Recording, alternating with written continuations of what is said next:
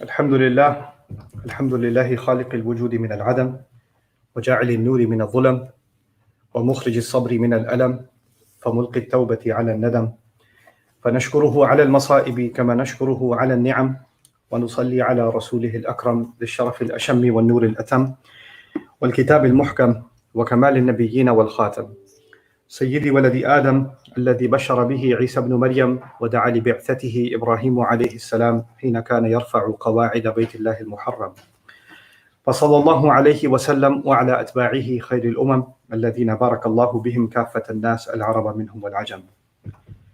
الحمد لله الذي لم يتخذ ولدا ولم يكن له شريك في الملك ولم يكن له ولي من الذل وكبره تكبيرا. الحمد لله الذي نحمده ونستعينه ونستغفره ونؤمن به ونتوكل عليه ونعوذ بالله من شرور أنفسنا ومن سيئات أعمالنا من يهده الله فلا مضل له ومن يضلله فلا هادي له ونشهد أن لا إله إلا الله وحده لا شريك له ونشهد أن محمدا عبد الله ورسوله أرسله الله تعالى بالهدى ودين الحق ليظهره على الدين كله وكفى بالله شهيدا فصلى الله عليه وسلم تسليما كثيرا كثيرا. أما بعد فإن خير الحديث كتاب الله وخير الهدي هدي محمد صلى الله عليه وسلم وإن شر الأمور محدثاتها وإن كل محدثة بدعة وكل بدعة ضلالة وكل ضلالة في النار. قال الله عز وجل في كتابه الكريم بعد أن أقول أعوذ بالله من الشيطان الرجيم قل بفضل الله وبرحمته فبذلك فليفرحوا هو خير مما يجمعون. رب اشرح لي صدري ويسر لي أمري واحلل عقدة من لساني يفقه قولي اللهم ثبتنا عند الموت بلا إله إلا الله اللهم اجعلنا من الذين آمنوا وعملوا الصالحات وتواصوا بالحق وتواصوا بالصبر. آمين يا رب العالمين. Allah Azza wa Jal created the human being with desires. And Allah talked about that in Surah Al-Imran. He said, زُيِّنَ لِلنَّاسِ حُبُّ الشَّهَوَاتِ مِنَ النِّسَاءِ وَالْبَنِينَ وَالْقَنَاطِيرِ الْمُقَنطَرَةِ مِنَ الذَّهَبِ وَالْفِضَّةِ وَالْخَيْلِ الْمُسَوَّمَةِ وَالْأَنْعَامِ وَالْحَرْثِ.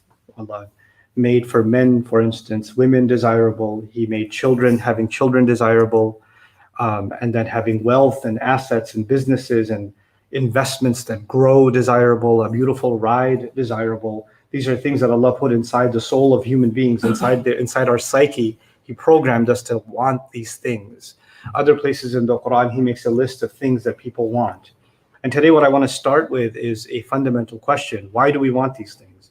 What is in our minds that once we have these things, what's going to come? At the end of the day, the simple answer to that, which every human being knows, is I'll be happy. If I get the job that I really want, I'll be happy. If I get married to the person I want to get married to, I'll be happy. If I'm able to buy that house, I'll be happy. If I'm able to live in this neighborhood, I'll be happy. If I'm able to move to that country or that city, then I'll be happy. Some young man feels stuck in their home. They don't want to live in their small town. They're like, if I get accepted into that university and move to that town, man, I'm going to be so happy, right? So all of these things, they boil down to one common denominator, which, our great American history describes as the pursuit of happiness, right? So we're looking for this one thing, and we keep trying to find it in these pursuits that you and I have in our lives. In fact, we go through a lot of sadness and a lot of difficulty and a lot of pain because of this dream of acquiring something one day that will make us happy. So you work maybe even at a job that you don't like because you're saving up because you want to get something eventually that's going to make you happy, right? Some kids, they get allowance, right? And they just really want this pair of shoes. They're not going to spend their allowance, even though all the other siblings are getting candy, this or that. They're withholding all these smaller happinesses because they're waiting for this bigger happiness. So they're saving so they can buy those shoes or whatever it is that they want, a video game or, So this idea that we're willing to sacrifice for the sake of a greater happiness is actually a big part of life. It's the reason why students study hard at a university. Studying is not a joyful experience. There are other students in the same university that are partying, that are hanging out, that are wasting their time. And then you have some students that are working really, really hard, because some students look at happiness at a party or at hanging out or cutting class or going out and chilling or just sleeping. That's their happiness. Another student sees, well, this looks like it's happiness, but I really want to have the happiness of being financially independent, of being successful. I want to feel the joy of hearing my dad say that he's proud of me, or my family celebrating my graduation, or whatever, right? Being the pride and joy of the family. They've got some other pursuit of happiness in their mind. But at the end of the day, the irresponsible one and the responsible one have something in common. They're both pursuing some kind of happiness. So it is actually, for the students of psychology, it is one of the most fundamental questions when you're trying to figure out what's going on inside of the psyche of a person. What makes you happy? What makes you happy? And by the way, what makes you happy is a question that should be different from what is good stress relief for you. Because happiness is something you're running towards. Stress relief is something you're getting away from. You're escaping something. You're stressed out about work. You're stressed out about some family argument. You're stressed out about this or that. Oh, when I'm stressed out, I just go for a walk. Or when I'm stressed out, I just play video games. Or when I have too much anxiety, I smoke, or whatever. People have different ways to cope with the pressure of life, right? But that's not what's making you happy. That's just giving you a break. That's not the question. The question is something else. What actually makes someone happy? And this feeling that we have of happiness, it's a very temporary feeling. As much as it's desired and pursued. Somebody said, somebody posts a picture of going to some beautiful vacation, and they could see like an amazing city behind them, sunny skies. They could see a beautiful escape, the landscape or waterfall or mountains or whatever, and they look really happy. But go to a vacation enough times, all the places start looking the same. It's not the same excitement for you anymore. It doesn't make you happy anymore, right? So this thing that we're pursuing, it's like a moving target. It's not like once you have it, you can hold on to it. It's the same with what Allah describes. I've talked about this in other khutbah before. Another khutbah is in Surah Al-Hadid, how Allah describes that the crop turns yellow, right? So the farmer, all he wanted was the crop to grow. The entire year, he's waiting for the crop to grow. And when it grows, they party, they celebrate, they have harvest festivals, because finally the fruit of their labor, right? Quite literally, for a gardener, the fruit of his labor. But even that fruit gets sour. Even the stalk turns yellow, right? So the idea there is that we can pursue. Some kids are like, man, I just want to get this I just want to get a PS5. You can't get it anywhere. It's harder to get than a visa to Umrah. I just really want to get one. If I just had that, then I would. And then they get it, and then, I don't really have time to play it. It's kind of, but it's okay. The joy of it, the high of it drops real quick. The excitement of a new car, ask 2 months later.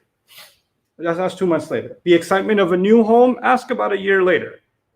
The excitement of new clothes you got for Eid or something, or a present you got, ask a week later. The excitement drops. So this thing, the first point that I wanted to get across is this thing that is so fundamental to basically all of our pursuits. We have to be clear. I have to be clear about myself that it's not found in a thing, because the moment I have it, it moves on to something else. And then it becomes something else, and then it becomes something else. I can't hold on. I can't seem to hold on to this thing called joy. And because this is such a fundamental pursuit, and it's common to all of us, every one of us is human, every one of us wants to be happy. I would imagine that Allah will talk about it exhaustively in the Quran. How to become happy. How will you finally, and the Arabic word for happiness is sa'ada. And the Arabic word for overjoyed happiness, extreme happiness, is al-farh. So these words, you would think you'll find them all over the Quran, because Allah wants us theoretically to be happy, right? Because the promise of Jannah, the promise of all the rewards, even if it's not spelled out that way, obviously those things are there. Just even thinking about those things makes us happy. That's what Allah wants. But surprisingly, in the Quran, Allah does not talk about happiness much at all. In fact, barely at all. And there's only one place where Allah essentially says, and because of that, they should be happy. They should be filled with joy. فَبِذَلِكَ فَلْيَفْرَحُوا. It's just one place in the Quran, in the entire Quran, in Surah Yunus.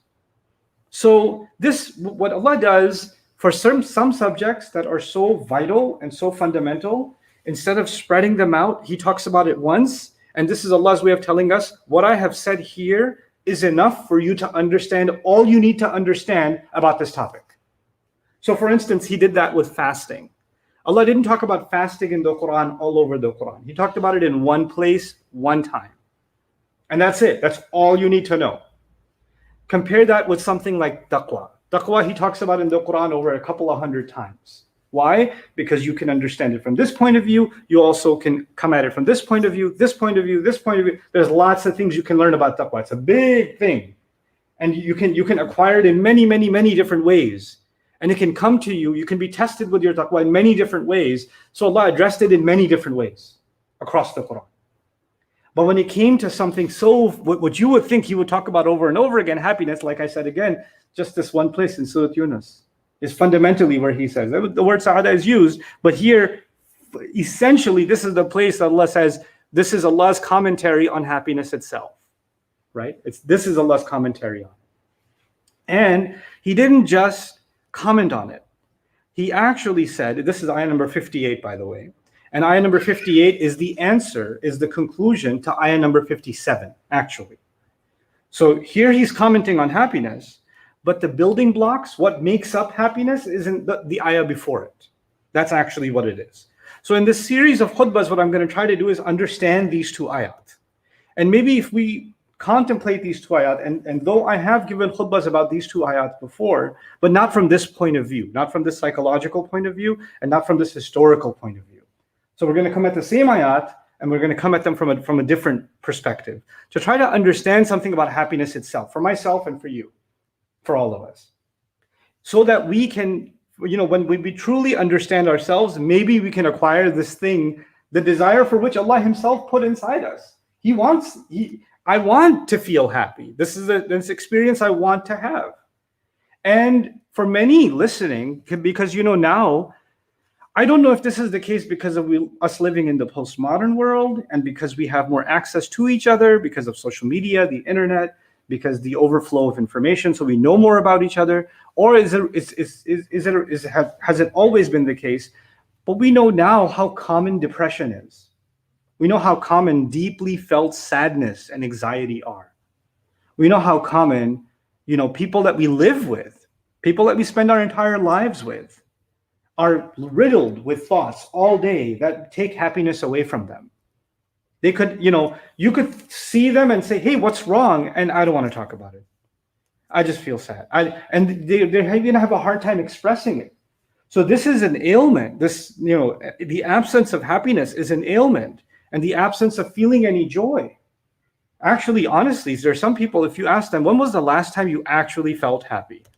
It's a scary question for a lot of people because they can't remember. Like, I was happy for this person. I was happy for that person. When was I truly happy? I can't really remember.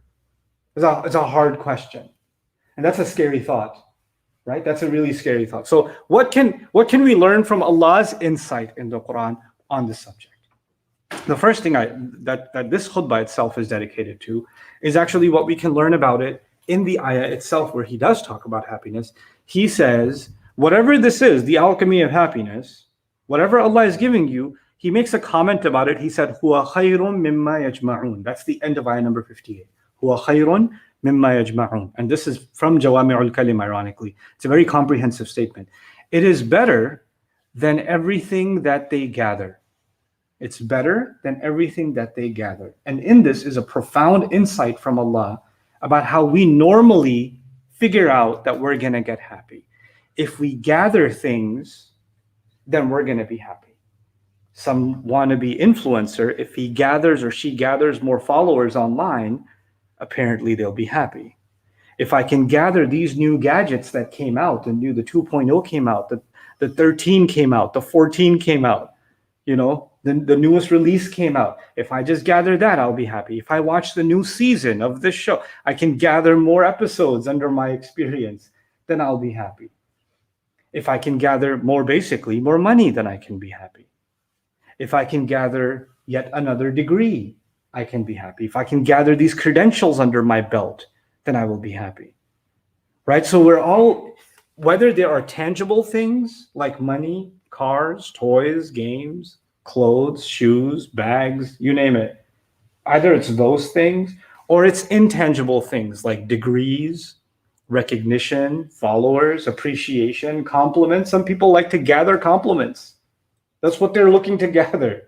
Just somebody just compliment on how good I look, or somebody compliment on how smart I am, or somebody compliment on how funny that joke was. I just need to gather these compliments, right? And so in all of these pursuits, and by the way, when you're gathering something, when you're collecting something, like an animal, when birds collect twigs for their nest, when ants collect food for their survival, right? Then it takes work. Gathering doesn't just happen on its own, it's work. And in this small ayah, Allah has provided us a really deep insight. People exhaust themselves gathering things that they think will make them happy. They're gathering stuff, and that's an exhausting exercise. Either it's physically exhausting, it's emotionally exhausting, or even mentally. They're just sitting in their head gathering thoughts, gathering stuff that they think will bring them joy. And all of that, Allah puts aside and said, what I'm giving you is better than all of those failed collections that you have. And I'm not saying you shouldn't have a stamp collection that makes you happy. Or you shouldn't have, some other, some people have shoe collections. Our contractor here at the campus, non-Muslim guy, he has a sneaker collection. He's got a gallery in his house of sneakers, right? So it makes him happy. I'm not saying you can't have collections, or you can't have things that bring you experiences of joy. But there's one thing above all, and I've noticed this over and over again as I've interacted with people, tried to understand this subject. People that become obsessed with one kind of collecting or the other, you know what? A lot of times, I said this earlier on, that there's the pursuit of being happy and there's escaping stress or anxiety. A lot of times people are escaping something by collecting something. So they're actually spending more time, for example, I love basketball, man. I love shooting around. I love hooping. And they're playing ball, and they're exhausted. Their legs are hurting. They're still playing ball because there's something at home that they're running away from to play that much ball, right? And it's scary that sometimes even you can hide behind, coming to the masjid makes me happy. Coming to the masjid which is a great thing, coming to the masjid 5 times a day. I had an interesting conversation with an imam recently, who's been imam for many years. And he said, I wanted to understand the people that come to my masjid. I wanted to study them. It's a very interesting person. So he actually had, the regular musallin, the people who regularly come and pray, coming 5 times to the masjid is not an easy thing, right? So he wanted to understand what motivates them. So he went to each and every person's house. There's 15 or so people, because not too many people can make it every day, right? So 15 or so people, he spent time with them, went to their home, got to know their story, got to understand. And 14 out of 15 were getting away from something. Somebody's family member had died. Somebody had a lot of trouble at home with their kids. Somebody had and even though may Allah reward them for coming to the masjid, but understanding their pain and understanding that they're getting away from something and trying to find peace in something is important to understand. It's important to know. And so what I'm trying to get across to you is that Allah has given us this diagnosis almost, that we try to find escape away from our sadness by collecting things. But actually, that's not happiness itself. That can never be happiness. You have people that are, because we're now in the world of impressions, right? The world of image, the world of filtered images, the world of selfies, and the world of vlogs, and the world of presenting yourself as an icon of some sort, right? So you're following people that you think are really funny or really successful or really they look happy. Couples that look happy make videos about themselves, and people make videos about how cute their children are, and millions of people follow them, right? They're not making videos about when their child is crying their head off and scratching their face and throwing the plate. No, not that video. There's a lot of edit, right? There's the one where they're really cute. That's the video you're gonna see. And so people want to give this impression. And what happens sometimes, these people that look so happy, that look perfectly normal, that look like, man, I wish I had a life that they had. Next thing you know, they commit suicide. Next thing you know, they get diagnosed with some serious illness. Next thing you find out, they're addicted to some kind of drugs. Why? Because the yajma'un was simply an escape from something else, right? And look at how Allah has so precisely just made this comment, huwa khayrun mimma yajma'un. It is better than what they are gathering. So first Allah diagnoses in this ayah, this concluding ayah, which is, I'm starting today from the concluding ayah. So in this concluding ayah, Allah is telling us later that all those other pursuits of happiness were just an exercise in collection. That's all it was. It was something that deceived people. It was just something that they got fooled by, thinking that that's going to make them happy. And you and I have to really take deep stock inside of ourselves and think, what is it that I am doing that I think makes me happy, but it doesn't actually do it? I can't tell you that for yourself. You have to ask yourself that question. What is it that you are doing jama' of, and perhaps Allah is offering something better? You see, and this is my concluding comment for today's khutbah for you, is that Allah Azza wa Jal in the Quran, He has given us halal and haram, definitely. He's given us some advice on what to do in our homes. He's given us some guidelines on how to spend our money. He's given us guidelines on how to earn our money, on how to do business. He's given us guidelines on how to interact with each other, how to deal with family. He's given us all kinds of guidelines of do's and don'ts. But those do's and don'ts, you can think of them as the items sitting on top of a table, but you have to have the table first, the basis on which all the food sits. The basis of it is a way of thinking. There's a certain kind of thought process. There's a certain kind of personality, a certain kind of outlook on life that Allah builds in the Quran. And when you build that kind of outlook, then all of the instructions that are on top make sense. Then they actually, you will see, and I'll try and explain over the course of the next few khutbahs, then those instructions actually bring you happiness. And without that basis, without the right thought process, those same instructions from Allah, the same instructions of halal and haram and fard and wajib, all of those instructions, they become something that tightens the chest, that become discomfort, that become difficult. Isn't it true that two people can be sitting at the same exact table, they're eating the same exact meal, but one of them is really happy, one of them is really upset? Because it's the same delicious food, and they both love the same food. The food isn't any better or worse. The temperature in the room isn't any better or worse. Physically, they're not going through, one's going through pain and one's not. But one has something on their mind, one has something going on in their heart that's taken the joy away from eating. Isn't it? There's a mindset.